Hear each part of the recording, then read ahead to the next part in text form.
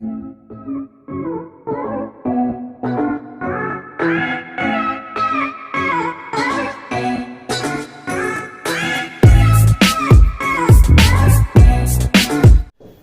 Guys, कैसे हैं आप लोग? कैसे चल रहा है एग्जाम्स की प्रिपरेशन? बात की जाए MEG 14 तो सर इस पेपर को कैसे पढ़ना है? It's being a tough paper, ऐसा बोला जा रहा है। कई स्टूडेंट बोल रहे हैं कि यार ये पेपर बहुत टफ है, इसको कैसे करना है, कौन से कॉन्सेप्ट को क्लियर करेंगे। तो यार यहाँ पे अगर आए हो और अगर पहली बार आए हो चैनल पे तो याद रखना ये वो पेपर है जो मेरे फेवरेट्स में है। मैं हर बार सेकेंड ईयर स्टूडेंट्स को बोलता हूँ कि आपको ये पेपर जरूर चूज करना है। Seriously you guys need to choose this paper. The reason behind this, क्योंकि ये पेपर का पोर्शन आपके नेट JRF में भी आता है। सो ये तो finally students and we are going to get least 70+ in this particular paper, वो भी easily without doing much extra effort. Seriously बिना एफर्ट के हम मैक्सिमम मार्क्स ला सकते हैं इस पेपर में। करना क्या है, सिर्फ जो बोल रहा हूँ उसको फॉलो करना है। उसके लिए करना क्या होगा, अगर चैनल को सब्सक्राइब नहीं इमीडिएटली सब्सक्राइब बटन को प्रेस करो, नोटिफिकेशन बेल को दबाओ ताकि वीडियोस की नोटिफिकेशन मिलती रहे। Come to the point, the first thing से कोर्स कंटेंट है। सीरियसली कोर्स कंटेंट है, पूरा का पूरा कोर्स कंटेंट है। और यहाँ पे इस वीडियो में ये नहीं बताऊंगा क्या पढ़ना है, इसमें यही बताऊंगा क्या नहीं पढ़ना। यहाँ सब कुछ लिख दिया मैंने, लेकिन इस सब कुछ में से हमें क्या करना है वो मैं बताने वाला हूं। तो उसके लिए वीडियो को लास्ट तक जाना जरूरी है।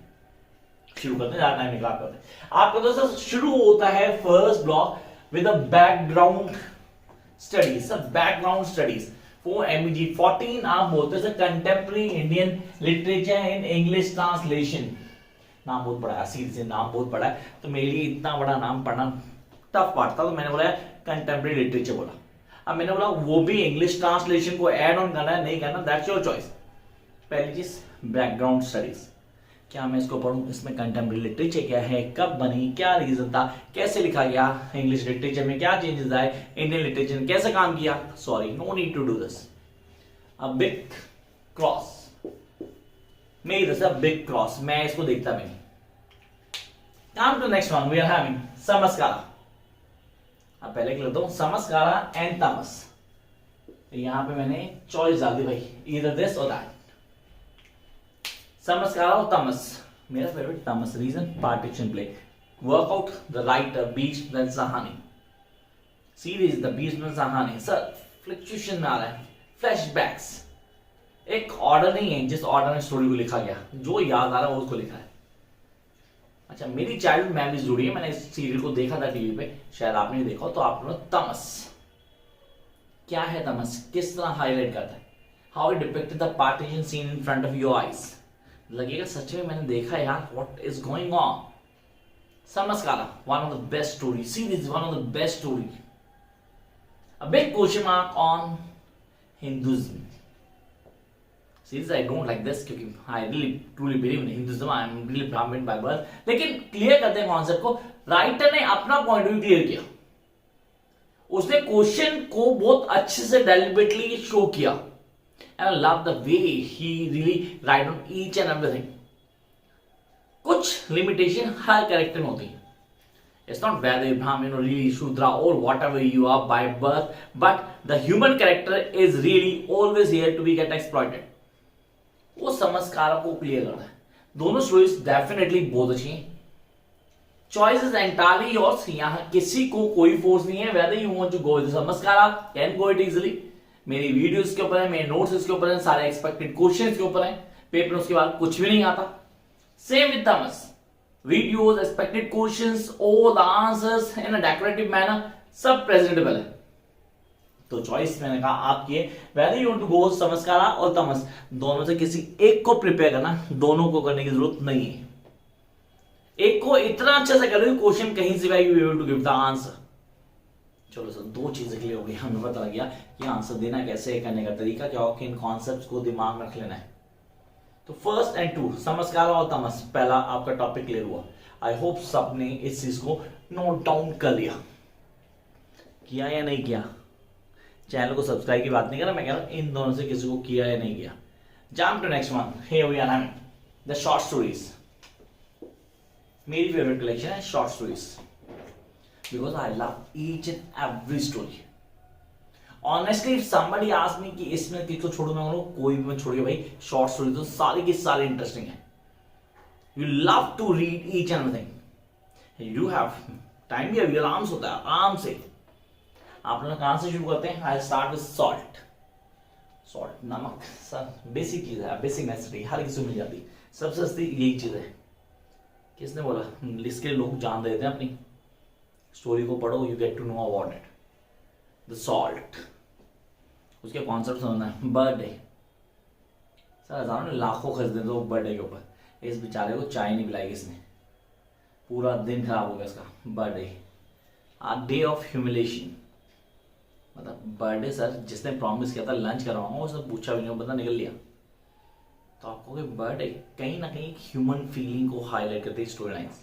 And then come to next one, birds, one of the best story जिसको मैंने हर जगह हाईलाइट किया, जिसके कॉन्सेप्ट को बताया।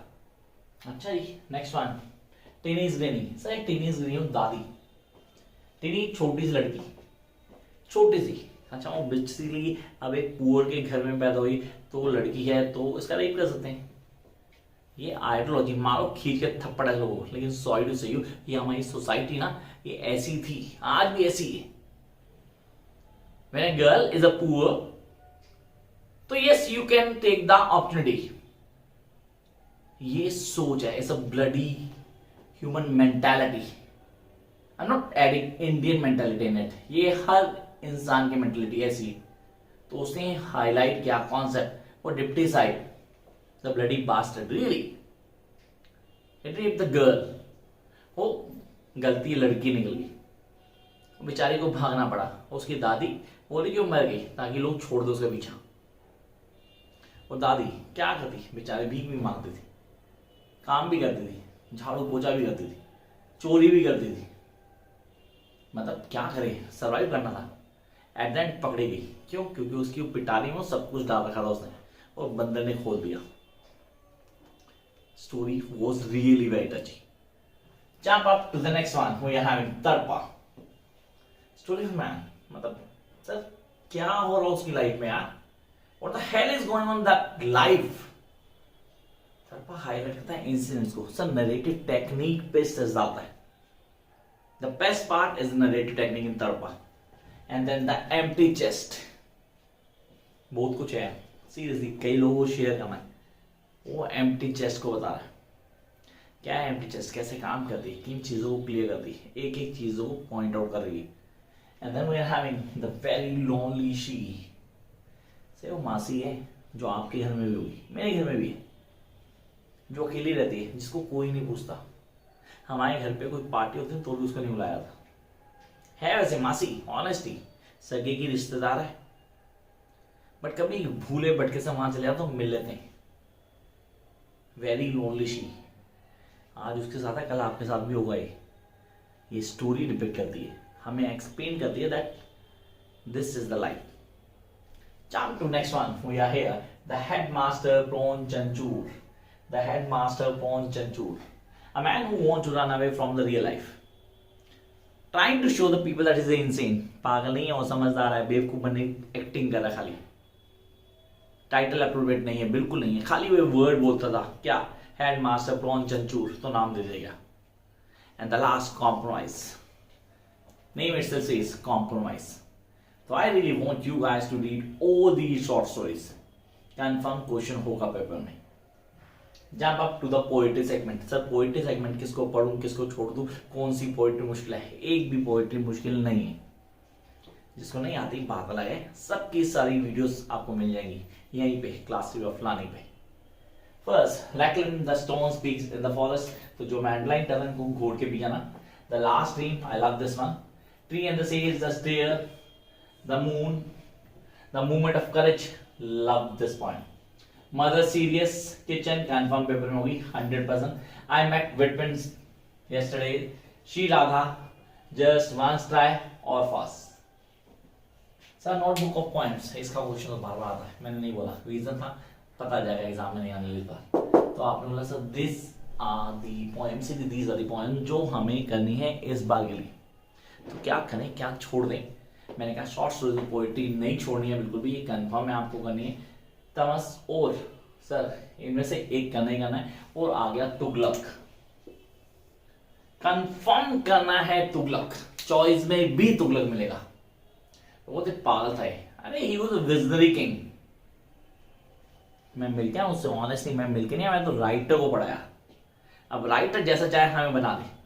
मैं अभी बोलूं Akbar was a great king, आप सब ग्रेट मानोगे, 100-200 साल बाद लोग तो मानेंगे बंदा सच बोल रहा होगा। ऑनेस्टली मैंने भी सुना है यार, मैं अकबर के टाइम पे नहीं था, मुझे नहीं पता वो ग्रेट था नहीं था। Honestly I don't have an idea. Ashok was the greatest king of India, सही सब हमने पढ़ा है। था या नहीं था, नो इवन आइडिया यार। हाँ हम कुछ लिख देंगे, आज से 100-200 साल बाद लोग पढ़ेंगे उसको सच मानेंगे। यही कहानी है लिटरेचर की। तो तुगलक के कॉन्सेप्ट को क्लियर करना जरूरी है। Jump up next one, non fictional prose. I love this one and really want you guys to this. सिर्फ 4 टॉपिक्स। अमृत रॉय सर प्रेमचंद के बारे में। Yes, all about Premchand, the art of writing, कलम का सिपाही या कलम का सिपाही। प्रेमचंद वाज अ कलम का सिपाही। When I was a kid, I heard about one writer, and that was Premchand. And then Bama Manto, Ishmael Chugtai के बारे में लिखा इसने, and I love that part. Mani Mahesh, Lord Shiva, you must have heard of Mani Mahesh. Strategies पे, तो ये हैं वो टॉपिक जो आपको करने हैं। First, second, third, fourth, fifth, ये मेरी चॉइस है। नीचे शुरू किया, repeat, first, second, third, fourth, fifth. This is my choice. Now, what be yours? I don't have idea. लेकिन पढ़ना आप शुरू कर दो यार। Catch you guys soon with a new video. Till then, keep watching.